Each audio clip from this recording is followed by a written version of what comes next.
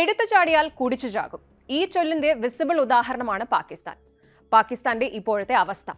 നിരപരാധികളെ മതം ചോദിച്ച് കൊന്നു തള്ളിയപ്പോഴും വെല്ലുവിളിച്ചപ്പോഴും മുൻപിൻ നോക്കാതെ ആക്രമിച്ചപ്പോഴും ഓർത്തില്ല ഇത് ഭാരതമാണ്, ഇവിടുത്തെ സെക്യുലാരിസത്തിൽ തൊട്ടാൽ അത് മോദി സഹിക്കില്ല എന്നും വെള്ളം കുടിവരെ മുട്ടിക്കുന്ന പണി വരുമെന്നും ഓർത്തില്ല. സിന്ധു നദീജല കരാർ മരവിപ്പിച്ച ഇന്ത്യൻ നടപടി പുനഃപരിശോധിക്കണമെന്ന് പാകിസ്ഥാൻ ഇന്ത്യയോട് ആവശ്യപ്പെട്ടിരിക്കുകയാണ്.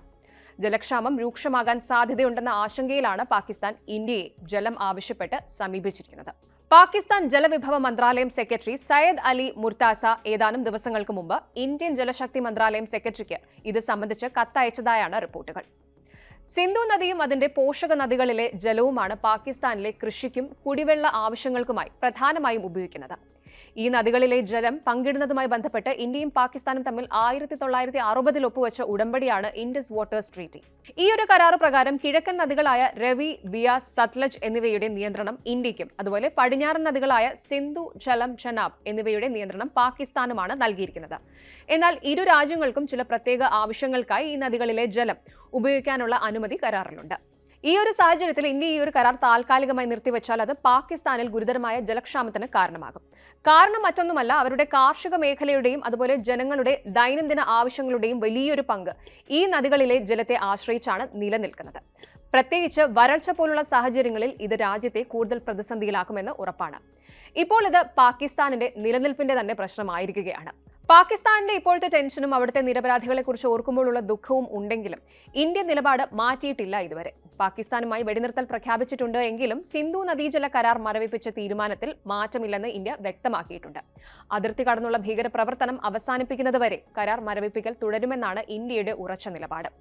ഏപ്രിൽ 23 ചേർന്ന സുരക്ഷാ കാര്യങ്ങൾക്കായുള്ള മന്ത്രിസഭാ സമിതി, അതായത് ക്യാബിനറ്റ് കമ്മിറ്റി ഓൺ സെക്യൂരിറ്റിയുടെ തീരുമാനത്തെ തുടർന്നാണ് ഇന്ത്യ ഈ ഒരു സുപ്രധാനമായ തീരുമാനമെടുത്തിരിക്കുന്നത്. ഇത് 26 നിരപരാധികളുടെ മരണത്തിനിടയാക്കിയ പഹൽഗാം ഭീകരാക്രമണത്തിന് തൊട്ടടുത്ത ദിവസമായിരുന്നു എന്നത് ശ്രദ്ധേയവുമാണ്. ഭീകരവാദവും ചർച്ചകളും ഒരുമിച്ച് കൊണ്ടുപോകാൻ സാധ്യമല്ലെന്ന നിലപാടാണ് ഇന്ത്യ സ്വീകരിച്ചിരിക്കുന്നത്. ഇനി സിന്ധു നദീജല കരാറിന്റെ പ്രാധാന്യമൊന്ന് നോക്കാം. സിന്ധു നദീജല കരാർ ഇന്ത്യയും പാകിസ്ഥാനും തമ്മിലുള്ള ഏറ്റവും പഴക്കം ചെന്നതും സുപ്രധാനവുമായ ഉടമ്പടികളിൽ ഒന്നാണ്.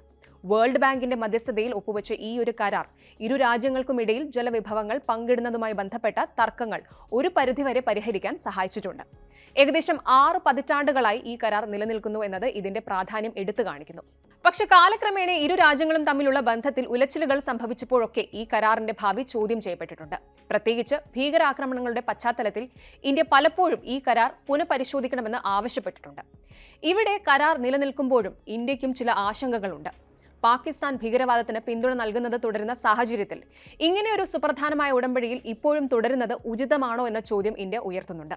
കൂടാതെ കരാറിലെ ചില വ്യവസ്ഥകളെക്കുറിച്ച് ഇന്ത്യക്ക് അഭിപ്രായ വ്യത്യാസങ്ങളുമുണ്ട്. ഭാവിയിൽ ജലത്തിന്റെ ലഭ്യത കുറയുന്ന സാഹചര്യത്തിൽ ഈ ഒരു കരാർ എങ്ങനെ ഇരു രാജ്യങ്ങളെയും സഹായിക്കുമെന്നതും ഇന്ത്യയുടെ ആശങ്കയാണ്. എന്തായാലും ഇന്ത്യയുടെ കടുത്ത നിലപാടിന്റെ പശ്ചാത്തലത്തിലാണ് പാകിസ്ഥാൻ ഇപ്പോൾ കരാർ പുനഃപരിശോധിക്കണമെന്ന് ആവശ്യപ്പെട്ട്, അതായത് അപേക്ഷിച്ചുകൊണ്ട് കത്തയച്ചിരിക്കുന്നത്.